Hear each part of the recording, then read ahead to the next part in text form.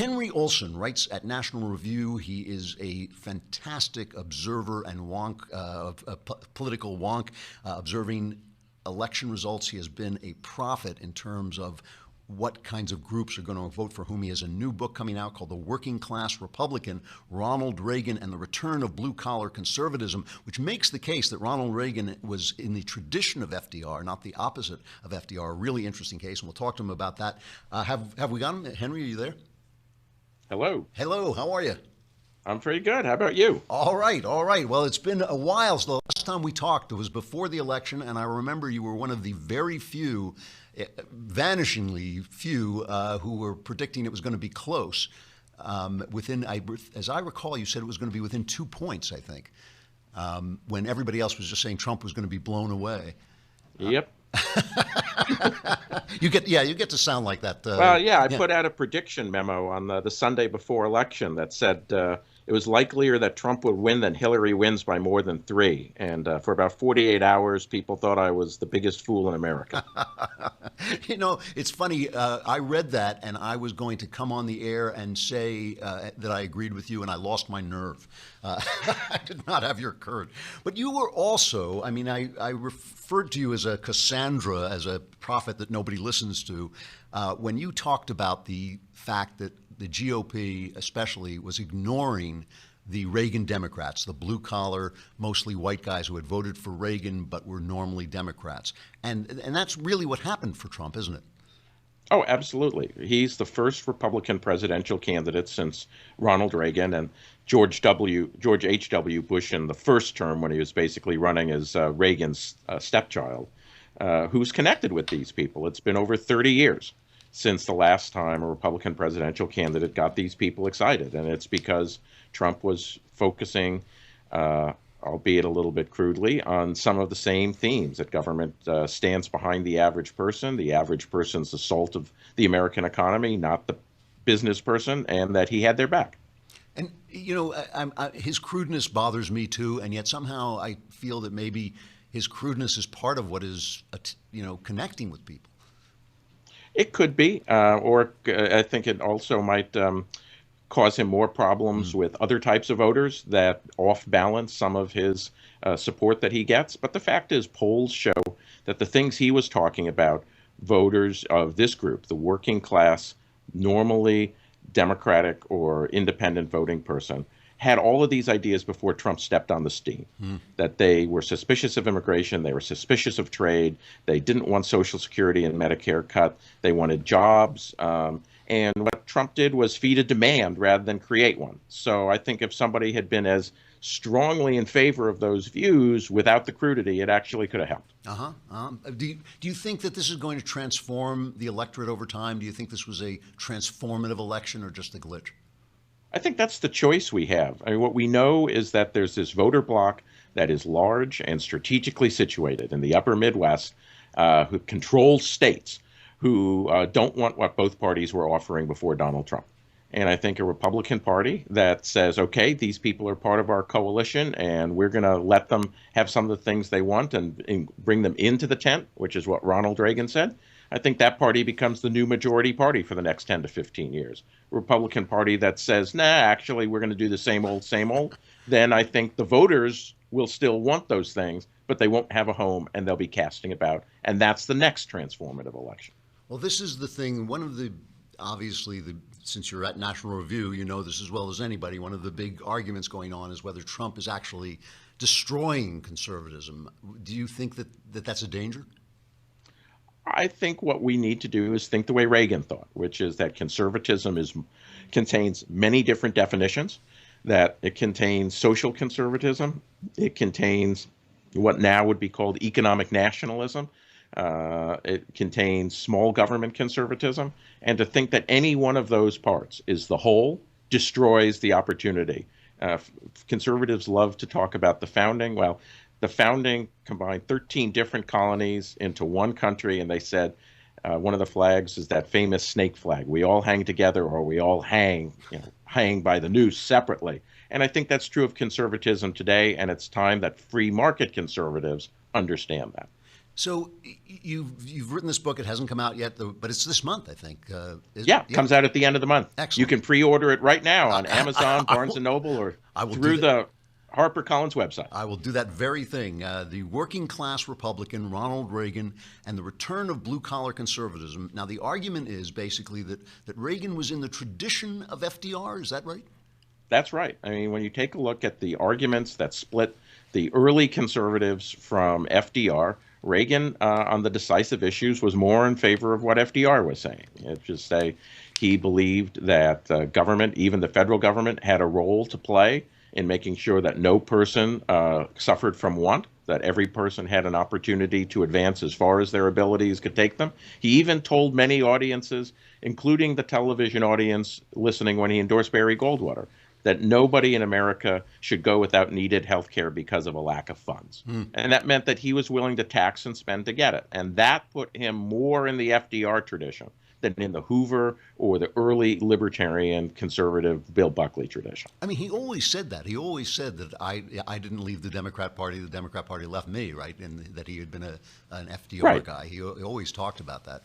So, he always did. And what I think my book does is show the meat to that. And I think a lot of people have kind of said, yeah, but look at all the anti-government stuff. But I think what the book does, by going back and listening and reading the speeches as far back as 1958, it says what he meant by that, how he could be both anti-government and pro-New Deal, and that those weren't, in his mind, inconsistent with each other. So, okay, this is really interesting, because I one of the things I feel is that an election between Donald Trump and Hillary Clinton is not the beginning of anything. It's the end of something. And I see a possibility of a new conservatism rising up out of this when I feel like it's kind of like we're in zero gravity and the furniture is flying all around the room and we don't know where it's going to land. What would you like to see a new conservatism look like? I think a new conservatism has to be based on the love of the average person. It has to recognize that the average person wants dignity and self-reliance, but the average person also wants a helping hand up. That's why they support basic entitlements for people who need. That's why they support well-funded public schools. And they prefer those things to abstract liberty or even low taxes. And a conservatism that is based on the idea that we're all in it together, but for real, not in the way the liberals define it, which is we're all in it together, meaning that some people can take from others regardless of need, but that we have an obligation and the society to help people achieve what they want to the degree they can, not to bail them out, but not to leave them on their own. That's a new conservatism. That was Ronald Reagan's conservatism, and that's a majority conservatism. If there, on the negative side of that, if there were some ideas you could say, if you could get conservatives in a room and bang their heads together and say, look, here are some ideas you need to drop, are there any? Or do you think, like, let each guy fight his own corner? You know what I would say? When Ronald Reagan was endorsing Barry Goldwater on television, he said that liberals, our do-gooder friends, as he called them, always say that we're against something. They'd never say we're for anything. And then he said what he was for. And what he didn't mean was, I'm for liberty, or I'm for a free market, I'm for government getting out of the way. What he said was, here's what government should do. And he distinguished what support for needy people from one-size-fits-all programs that treat everyone the same, regardless whether they need it or not. And what I would tell conservatives is, what are you for? Let's answer Ronald Reagan's challenge from 1964. Are you for a safety net? Let's fund it. And then let's reform it for the people who don't need it so that we can both take care of our obligations and, as he said, at one point Reagan said, we can take care of our human needs without ignoring budget constraints. And I think that's what we need to get to. But that means saying what we're for in terms of what government can do. Okay, that's really a good point. Like, in other words, not talking about what we're for in terms of the great abstracts, even though they're important and underlie our philosophy. Talking about what we're for literally in terms of governance, in terms of what the government is supposed to be. That's right, and I think a conservative view of the New Deal is much more restrictive than the current progressive view. You know, it doesn't mean that everyone should have single-payer health care. It does mean that if you can't afford needed medical care, there should be some sort of subsidy. It doesn't mean that there should be the same Medicare program for everybody. Ronald Reagan supported federally funded health care support for needy seniors in 1961. He opposed Medicare because he said 90% of seniors don't need it. And when we're talking about entitlement reform, let's take that principle and say, here's the people who need it and we'll fund it, but here's the people who can pay more on their own. And maybe we should ask them to do that rather than going off and jetting to Peru and sticking the kids and the other people with the tab. So it's too early to make predictions, but since you're the best predictor I know, and I've got you here, I have to ask you some of this, and I let you off the hook beforehand that you're not to be held responsible this far out. But what are you thinking about the midterms? How do they look to you now? Midterms do not look good to me right now. Okay. You've got a president who is won a presidency with only 45% of the vote. He seems to be holding on to that, but of course, that means that there's 52, 53, 54% who aren't with him. He seems to be driving the potentially persuadables into the Democrats' camp. And we're seeing in special elections across the country that whether Democrats win or lose, they're way outperforming Hillary Clinton's numbers. I suspect that the Democrat John Ossoff will win Georgia 6th very narrowly. And if that happens, that will be proof that a district that Trump carried with 47% of the vote, if she only gets 48% of the vote, it means the people in the middle decided to give the Democrats a chance. And that'll send shockwaves down Washington. I mean, do you think there's any possibility that those shockwaves will actually penetrate the skull of Donald Trump? Well,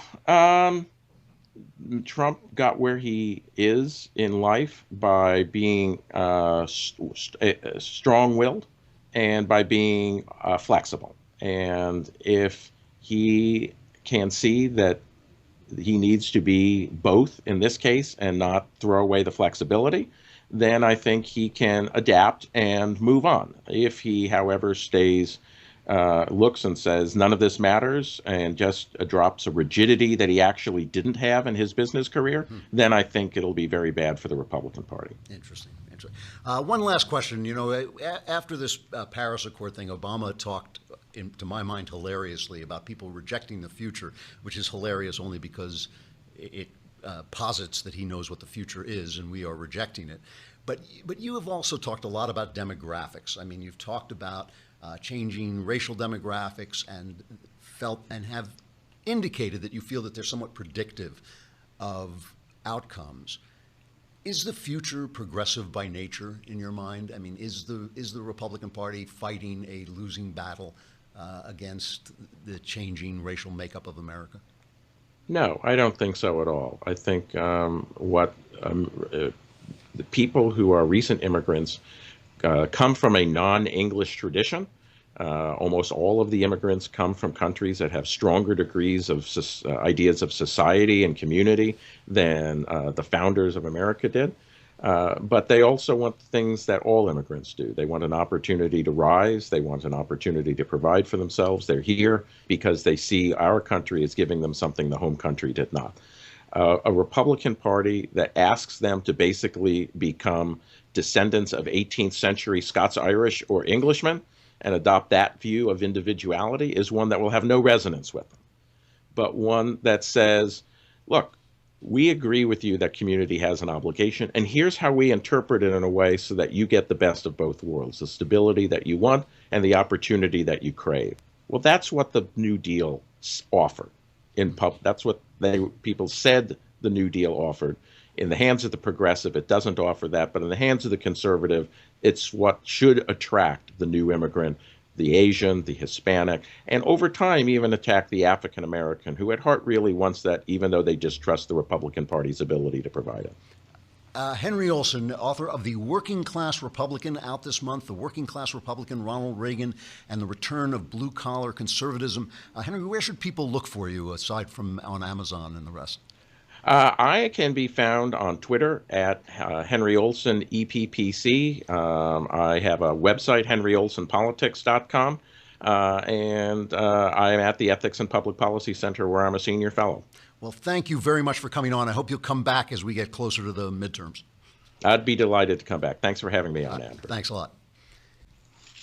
Guy is really a civilized and intelligent observer. I keep referring to Cassandra. Probably nobody knows who Cassandra was, but Cassandra was the person who warned the Trojans not to take the Trojan horse, but she was cursed with never being listened to. She was a prophetess, but she was cursed with never being listened to.